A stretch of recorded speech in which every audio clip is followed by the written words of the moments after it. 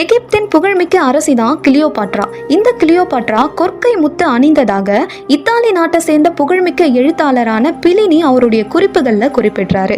நம்மள நிறைய பேருக்கு கிளியோபாட்ராவை பற்றி தெரிஞ்சிருக்க வாய்ப்பு இருக்கு.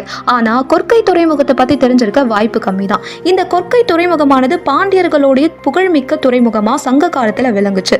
தாமிரபரணி ஆறு கடல்ல கலக்கக்கூடிய இடத்துல ஆற்றோட மேற்கு கரையில் இயற்கையாகவே அமைந்த துறைமுகம் தான் இந்த கொற்கை. இந்த கொற்கையில் முத்துக்குளித்தல் ரொம்பவே சிறப்பாக நடைபெற்றுச்சு. அது மட்டும் இல்லாமல் பாண்டியர்களுடைய கப்பற்படை தளமாகவும் இந்த கொற்கை விளங்குச்சு.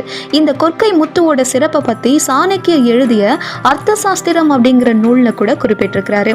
இந்த கொற்கை முத்தை ரோம் நாட்டின் புகழ்பெற்ற மன்னனான அகஸ்டஸ் மன்னனின் அரசவைக்கும் நம்ம பாண்டியர்கள் பரிசாக அளித்திருக்கிறாங்க.